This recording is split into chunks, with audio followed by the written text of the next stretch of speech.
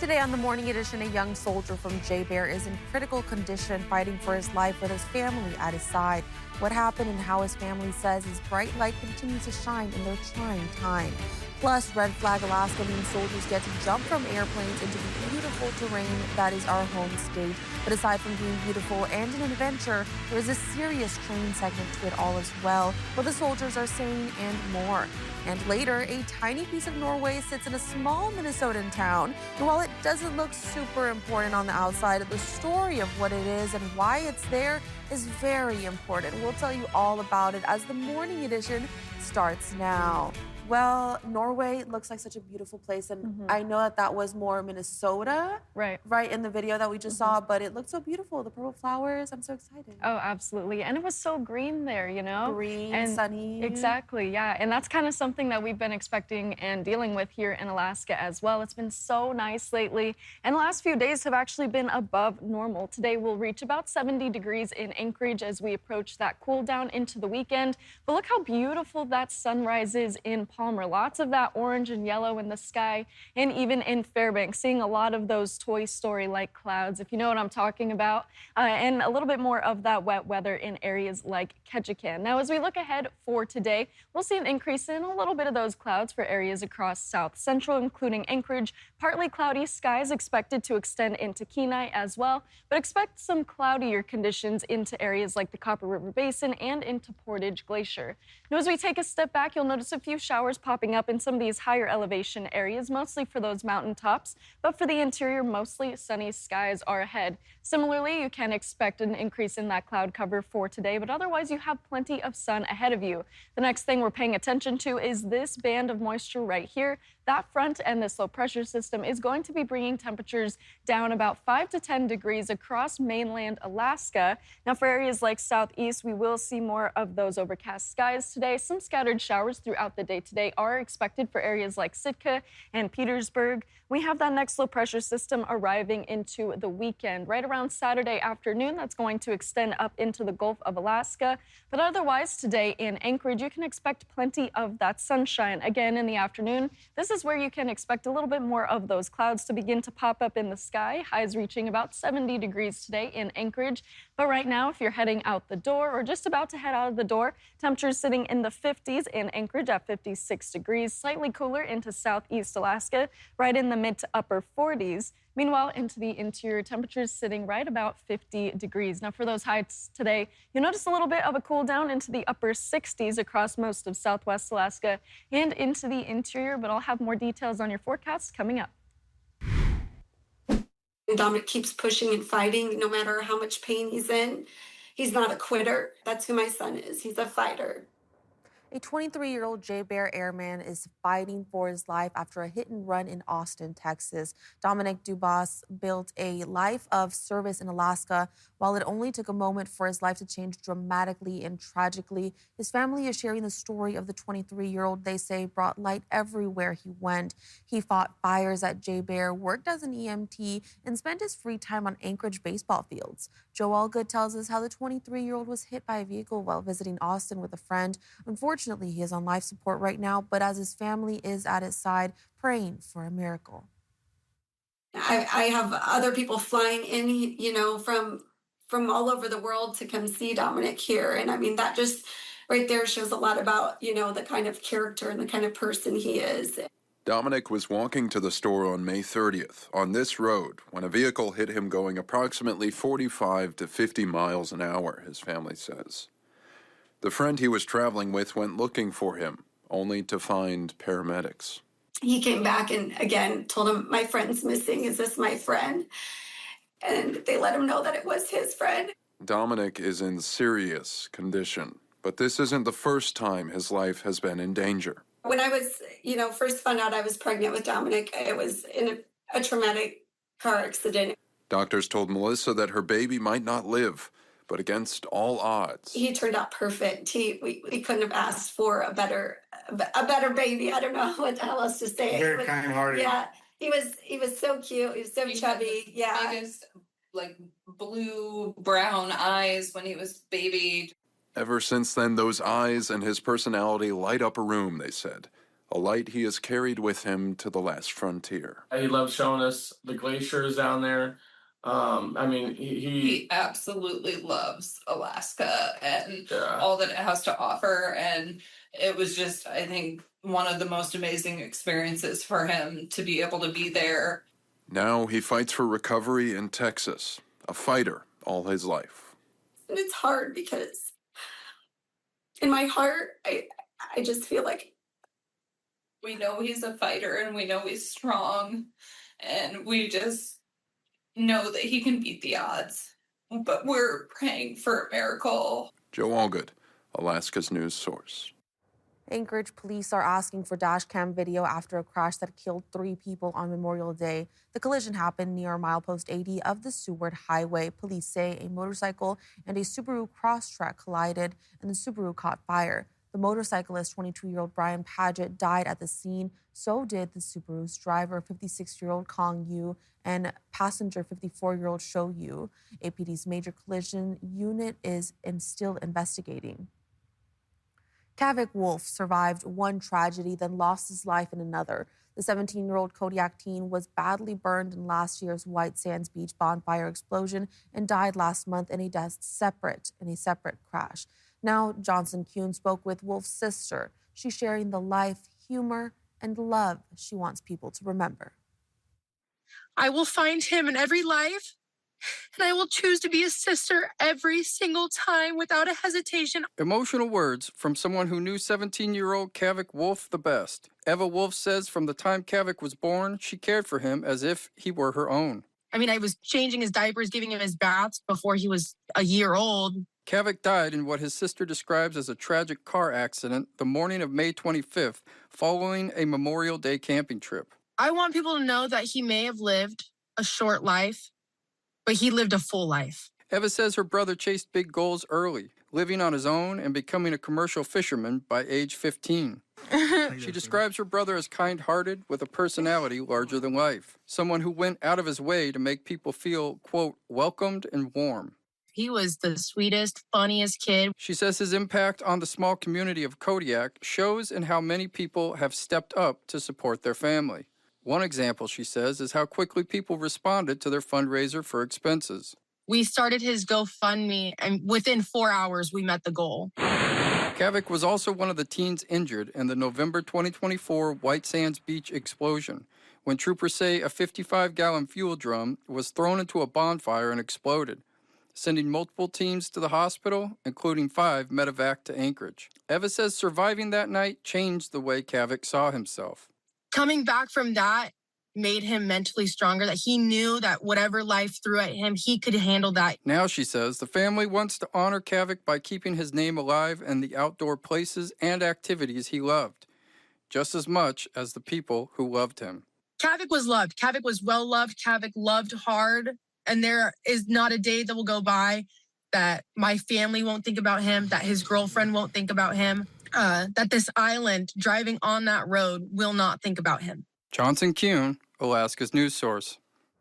The family has scheduled a public viewing today with additional services on Saturday. We've made those details available on our website and mobile app.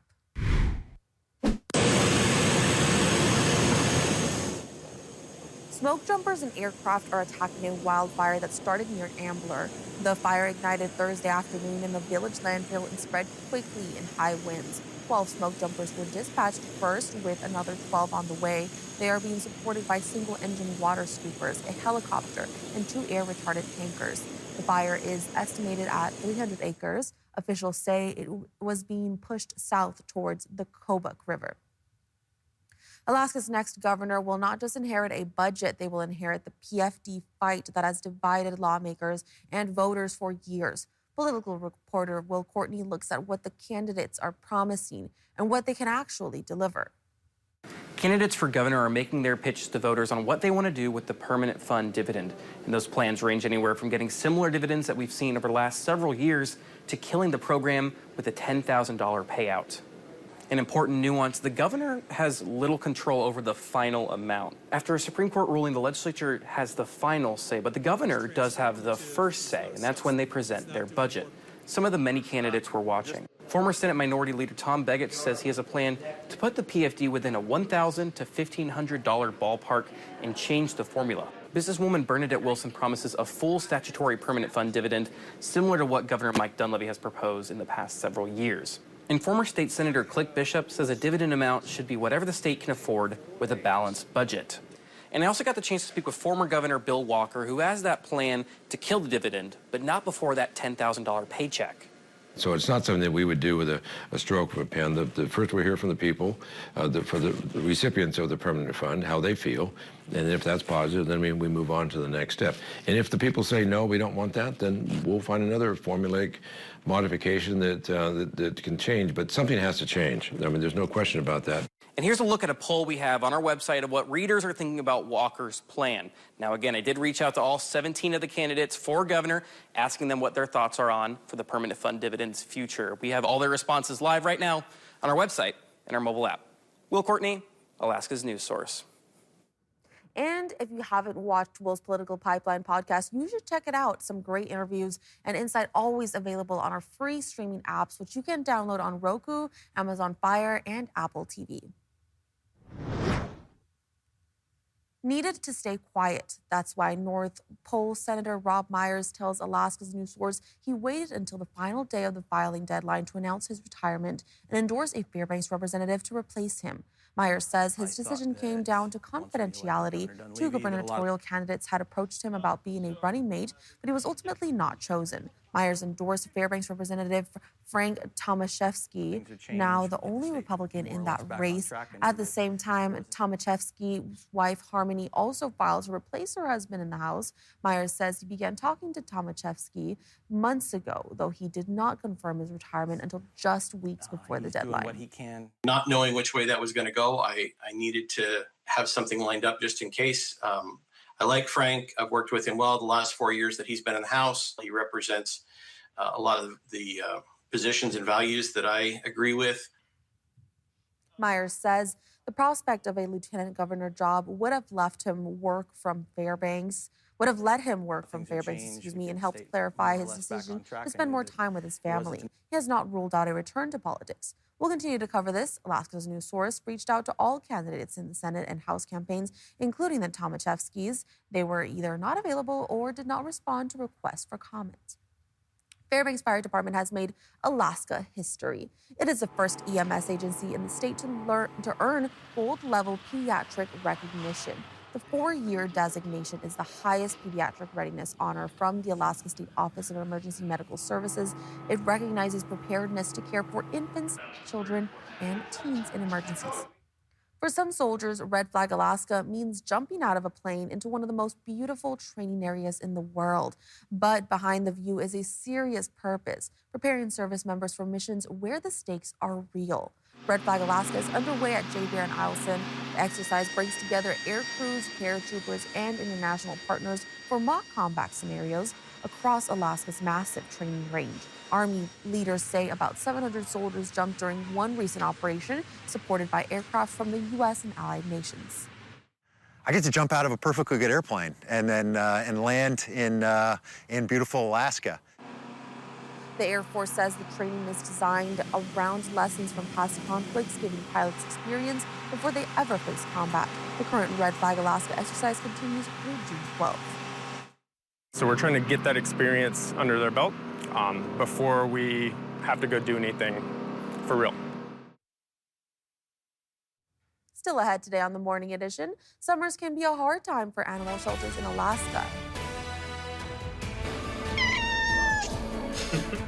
Oh, and needs change with the seasons, and sometimes the shelters, even if not quite full, can feel that way. We'll share how you can lend a hand coming up. And the weekend is almost here, and temperatures are cooling down with a few more clouds expected. Stay tuned for the details.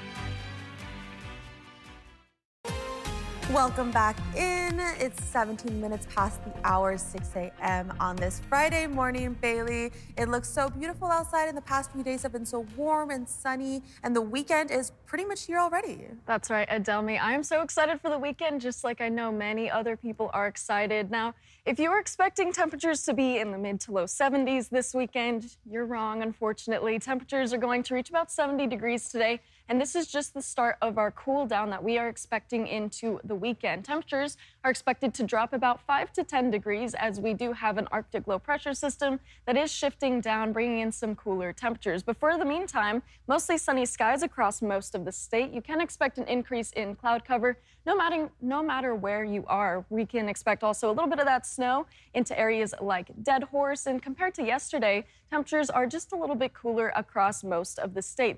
This is going to be a lot more obvious by the afternoon when you can really feel the difference in those temperatures, and that'll continue into tomorrow as well. Areas like Juneau feeling about 10 degrees cooler than where we were at yesterday around this time, and in areas like Anchorage, not too much of a difference. That's extending into the Matsu Valley, but in Kodiak, 16 degrees different. I wonder if you can actually feel the difference outside. We are expecting more of that sunshine. Now, I did mention that we have the next low pressure system moving in. That's going to be bringing in some cool temperatures. So in the meantime, we've had this ridge of high pressure that's been bringing in a little bit more of that warmth. But over the next couple of days, especially Saturday and Sunday, this is where you're going to notice that trough of low pressure, which is sitting just above the Beaufort coastline. And that's going to be bringing in some cooler air across the state. That's going to continue all the way into the weekend and even into next week. So as we look ahead, mostly sunny skies continuing from southwest Alaska into the interior. South Central expecting mostly sunny skies. However, there will be a few more clouds popping up by the afternoon. You can also expect a little bit more showers rolling into areas like southeast. Most of that going to be for areas like Sitka. Cooler air will begin to arrive by Saturday and into Sunday. And here you can kind of see where it's a little bit more gray in the map. That's where we're going to start to see a little bit more of that cooler air beginning to shift in. So all in all, just expect temperatures to cool down just a little bit more. And then we have this next storm rolling in. That's not going to really make landfall anywhere until about Sunday. Then we have a chance of showers increasing across South Central and again for Southeast. Now, in the meantime, I know that this weekend, a lot of people are going fishing, so I want to give you your fishing forecast, your tidal forecast. This is for areas like Seward. So if you're going to go fishing, earlier is better or later into the evening with that high tide at about 5:08 in the morning and about 6:49 in the evening. You'll notice that that low tide shifts in right about midday, so that's probably not the best time to get out there and go fishing. But for today, across South Central, mostly sunny to partly cloudy skies are expected. We're going to see a bit more clouds popping up through the afternoon, but temperatures starting to cool down just a little bit. Very similar to yesterday in terms of that heat. But again, we'll see a little bit more of that cool down. Temperatures dropping down to the mid to low 60s for the next few days. Areas like the interior sitting just below 70 degrees across most parts of the region. Sunny skies to partly cloudy skies with just about average temperatures expected. For the next 7 days, expect temperatures to cool down back down to the upper 50s by next week. Thunderstorm activity into Sunday. And for southeast, this is where we're seeing a few more of those showers lingering for areas like Sitka and Petersburg. Cloudy skies for the region, temperatures sitting just below normal. And for the next few days, we'll see these temperatures beginning to climb by next week. A shelter can feel like they're at full capacity long before the last kennel is taken. In Anchorage, staff say the summer surge is putting pressure on animals, workers, and volunteers. A strain also felt by shelters across Alaska. Lauren Maxwell shows us why one open space can make a big difference. At Anchorage Animal Care and Control,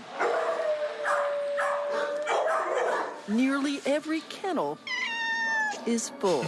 Workers say it happens every summer. We have a huge uptick in animals, whether they are strays, owner surrenders from people moving to the lower 48, or just more animals in general. And this year is no different.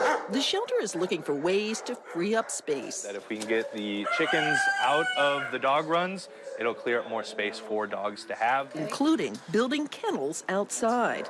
But a new program is also helping, funded by a grant from a national nonprofit. The money from Best Friends Animal Society allows the shelter to pay $150 per animal to certified rescue organizations for every animal they take from the shelter. It's not a huge amount, but it does help with the cost of any medical care that might be necessary, and of course food, transportation, all the basic necessities. So far, nearly a dozen animals have been moved into rescues around the state. Workers at Animal Control say the goal for all of them is the same. Is to make sure these animals are taken care of and they find that forever home. They add that summer is a great time to adopt. Lauren Maxwell, Alaska's news source. The numbers at the Anchorage shelter vary, but as of this morning, workers there were caring for 259 animals. In the Matsu Animal Shelter, starting this month, there were more than 81 cats in their care, not to mention dogs, rabbits, and even turtles. That center is open weekends from noon to 4 for walk-in adoptions. You'll find similar stories at shelters around the state.